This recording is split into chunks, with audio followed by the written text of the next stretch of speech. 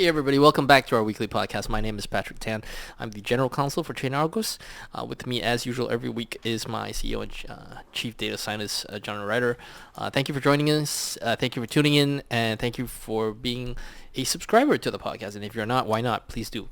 Anyway, so this week, what we're going to talk about, the Terraform Labs settlement, Pleasr DAO, and the Tang clan, and the KCC. It's a blockchain you've probably never heard of, and one that you'll never hear from again. Obviously, I'm the sort of student who comes to class without having done his reading, so I don't have any information on any of these things. But someone with all the dish will be John, and John's going to tell us a little bit more about Terraform Labs settlement. So tell me about that, John. Well, so Terraform Labs reached a settlement with the SEC. I believe it was just approved by the judge early this morning, our time, so yesterday, whatever calendar time in the U.S. So, of course, there's a lot of legal stuff still involving Do Kwon and Terraform and all that stuff. So this is a about $4.5 billion settlement. Terraform Labs and Do Kwon in his personal capacity have come to with that part of the I have a stupid question. Did they consider him a control person? Oh, yeah. Yes, okay. So this is a thing that's come up on the podcast many times. So the reason that he is personally liable for only a fraction of, but still, as we'll come to, a fraction he can't pay of the settlement, is that the securities laws and financial laws in general in the U.S., if you're a control person, so you have control over some financial services type business, you are personally liable for certain types of wrongdoing by that entity in certain situations. For example, if you direct the company to commit securities fraud, which is basically what they're accused of or settling for here, then you're personally liable for some capacity in that. This came up, among other situations, regarding Bittrex, where the founder and CEO of Bittrex was held personally liable because of his role as a control person at Bittrex. Okay, let's just pause for a minute there, and for all those aspiring attorneys out there, pay attention, kids. So, essentially, in common law legal systems, and generally this is the case for civil law as well, the company has a separate corporate legal personality. So a company can get fined, it can commit crimes and stuff like that as a corporate entity. It's not supposed to. It's not supposed to, but it can. So it has a separate legal personality. So basically, it has the right to sue. It has the right to be sued. You can take action against it as if it were a person. So the idea, of course, behind separate legal entity is that, look, if you wanted to encourage a atmosphere of innovation and entrepreneurship, you should have some kind of legal structure that such that every time somebody goes on to start a new business, they're not playing for all the marbles. They can, start again. So you have this. It's like the Dutch East India Company and stuff like that. That's kind of the history behind that. So essentially, a lot of people are under the mistaken impression that if I set up a company, it's a company that did these crimes, not me. Unfortunately, when it comes to financial services... fortunately. Yes, fortunately. When it comes to financial services, if you're the control person and this company commits crimes, you can't say, no, it's not me. You can't do the shaggy defense. Wasn't me. It's the company that did it. No. You're the control person. So that's an important concept to think about, especially in the context of crypto. Because you're going to see this time and time again, and you're going to see this come out as an issue more often because, people think, hey, crypto is all fun and games, it's dog coins and stuff like that. There is no real harm being done, Yeah, sure, we kind of built the market for a couple of $1 billion, but, what real harm was committed? That's going to change in a hurry, I believe. People are going to start to realize that there are real consequences to some of the stuff that they're doing. But anyway, I'm sorry to interrupt. When this is a long settled thing in the U.S., this goes back to the Securities Act. This control person concept goes back to the 1933 and 1934 laws. The idea being, if I set a company up with limited liability and I then just have freedom to commit whatever securities fraud I want, you're never going to be able to come after me for whatever money's been taken out from that securities fraud. And that's ridiculous, right? The legal personhood thing exists so that, buildings can have fire insurance and you're not liable for your offices and the rest of it. But if your business is entirely financial dealing on paper, maybe there should be circumstances in which that limited liability does not attach. It's not every time. Yeah, it's a fairly common thing. Yeah. So Do Kwon is a party to this in his personal capacity, mainly because he ran Terraform Labs. You could also have some kind of a conspiracy set up where the person is conspiring with, but the control person thing is far more direct, and the SEC just prosecutes this stuff routinely. Every time you see someone having to pay a personal fine for any kind of SEC, CFTC, whatever, settlements, plus the company paying a fine, it is this thing that's causing that to happen. Sure. So Terraform needs to pay something just over $4 billion, and Do Kwon needs to pay about $200 million.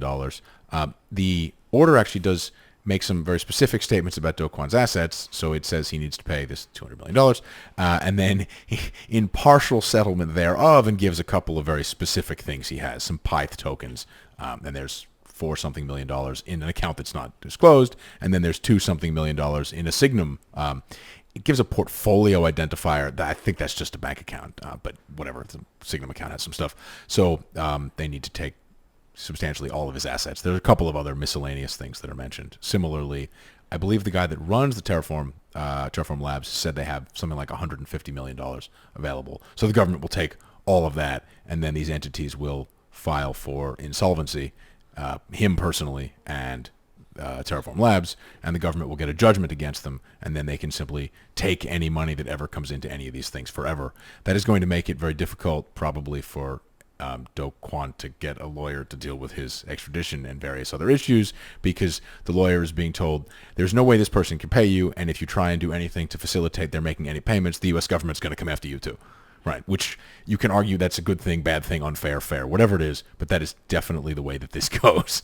So I would expect this to cause that saga to come to a relatively swift end, because it is not going to be possible for anyone to provide much representation for him anymore. Again, you can argue that's unfair. But that's a good question. I'm not. I'll be honest. I'm not familiar with that at all, because I thought that would deprive him of his right to counsel. So I thought that he'll get a federal public defender. Yeah, public defender. Right. Yeah. So government, I don't know how that works. I mean, in Montenegro, I have absolutely no clue. In Europe, generally, there's stuff that's vaguely similar to that.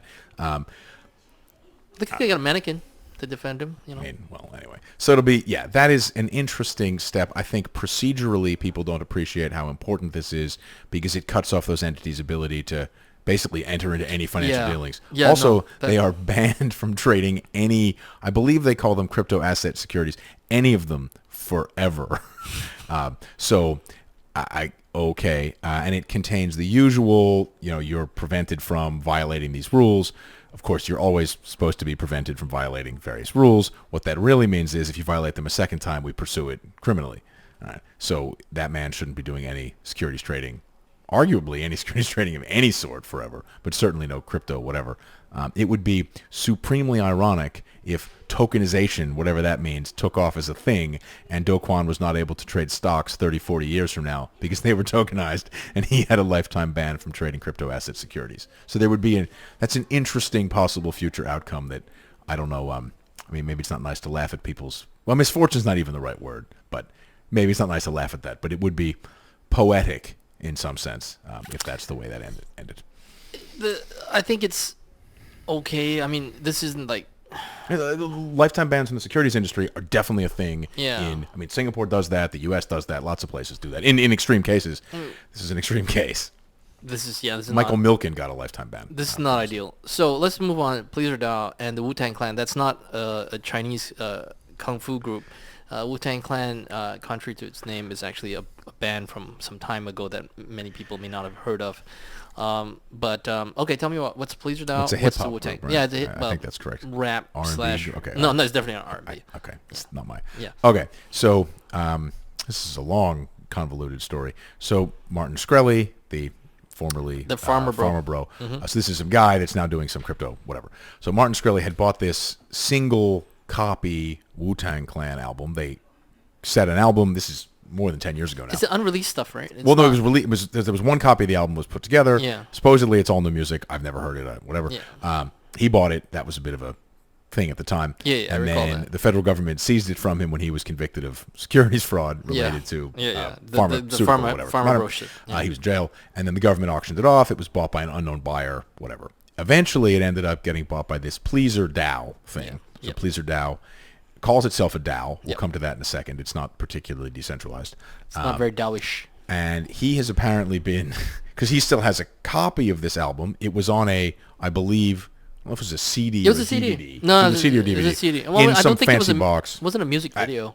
I mean, Yeah, it was a CD. It was a CD. If But I it's a recall, single it was a copy CD. digital media, and he's clearly still got copies of it, and he's been making public statements to the effect that he'd shared this content with people before, and That is these true. guys had no expectation that it was completely secret. He claims these documents have not been made public yet. No one's seen the contract. Well, it's not been released publicly. We've not seen the contract. That this Pleasr DAO group bought from him, bought a box with a disc in it, and they didn't buy exclusive rights to the IP. I don't know whether or not that's true, because we haven't seen the documents, so not really sure. Anyway, he clearly still has copies of it, and among other things, a museum in Tasmania will be holding it's not a screening, Playing. performance. It's not a performance, but it's digital. No, I so- mean it's a performance of the CD. a performance. Forget if it's this weekend or next weekend.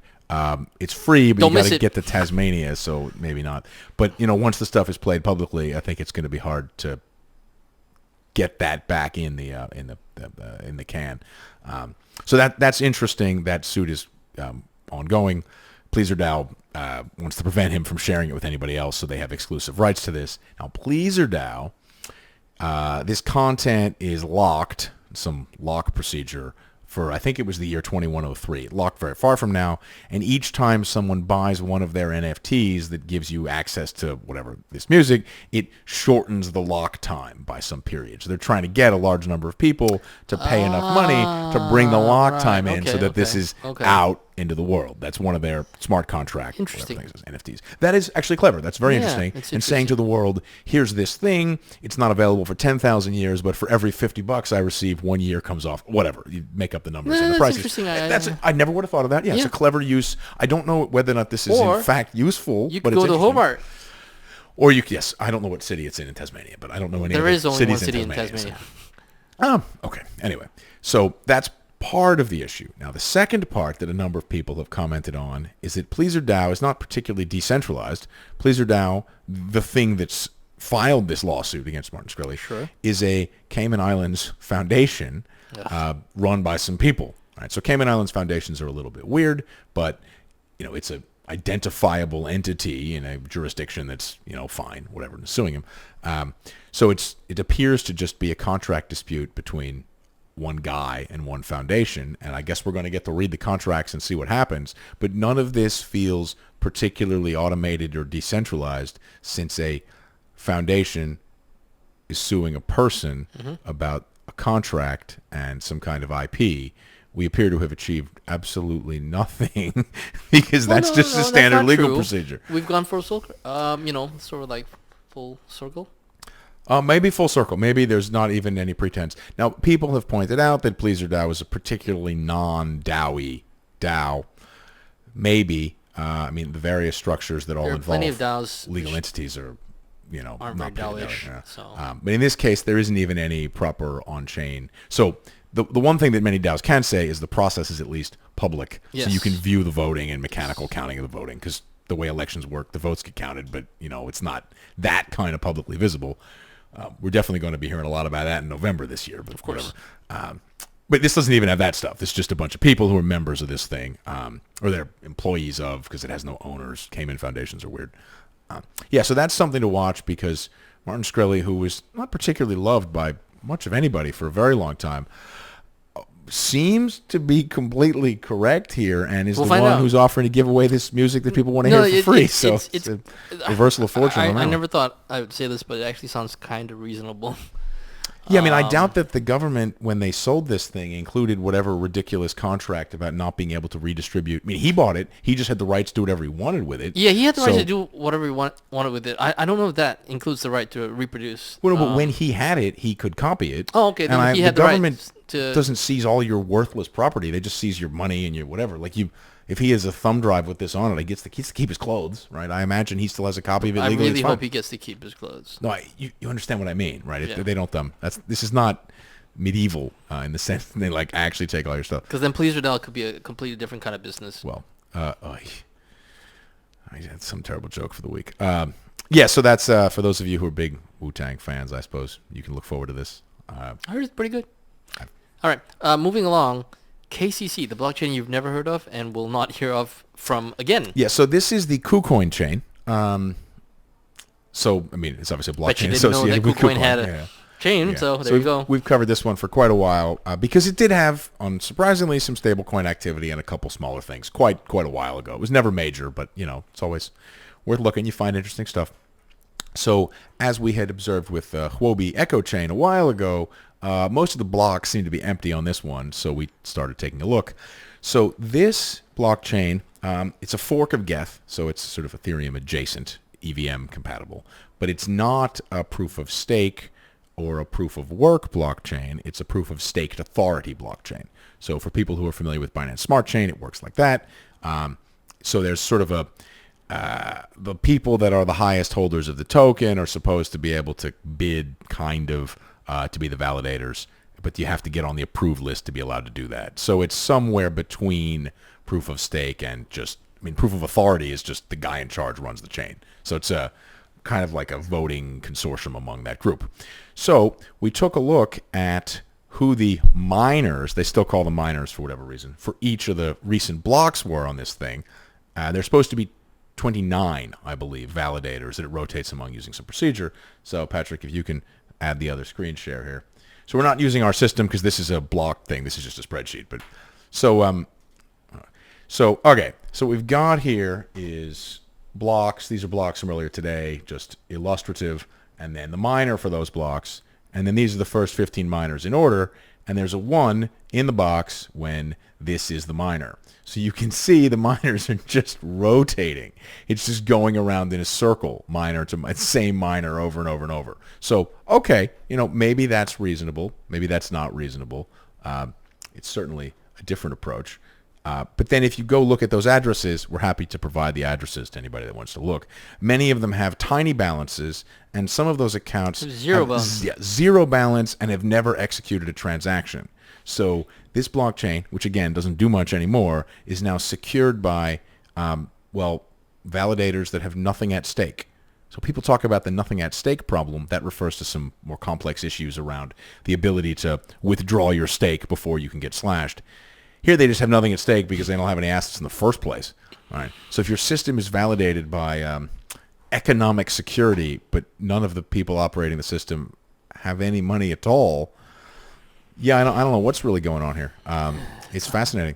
I don't know if this is... Also, the number has dropped dramatically from the number of validators it's supposed to be. I don't know if this is just an artifact of the team effectively abandoning the chain. Looks like it.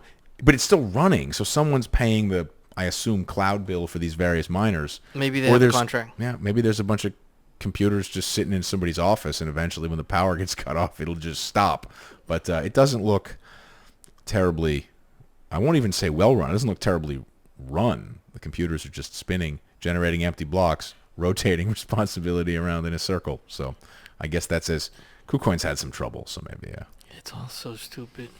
This one's particularly bad. There was a whole flavor for a while of exchanges launching their own chains, and they'd have a token on that chain, and that never really developed into much, with the exception of Binance Smart Chain. Not a tremendous amount's ever happened. The Crypto.com chain does a little bit of action, and of course, it is supremely ironic that the best known, at least at one point, exchange token, FTT, was not the native token of any chain. Those guys, instead of even bothering with the pointless blockchain, just, had the pointless token. Yeah. So, to be fair, Binance Smart Chain still run. That one is definitely a proper, or was at one point, a large proper ecosystem with stuff going on. Whether that stuff was proper, we can talk about separately. But, these other forks, the Hecko Chain and KuCoin and some of the others, don't do a tremendous amount. But they're still spinning. I don't know. Eventually, they'll go offline. Guess we'll find out. And there we go. On that note, thanks for tuning in. Thanks for all the likes, comments, and subscribes. We'll see you next weekend. We'll be broadcasting from a different location. Can't tell you when or where right now, but you'll find out. Well, they can't tell where we are, given the... Anyway. We're in a bunker. There you go. An undisclosed location. We've always been in an undisclosed location, so... That's fair. So we'll see you again next week. Have a great weekend, everybody.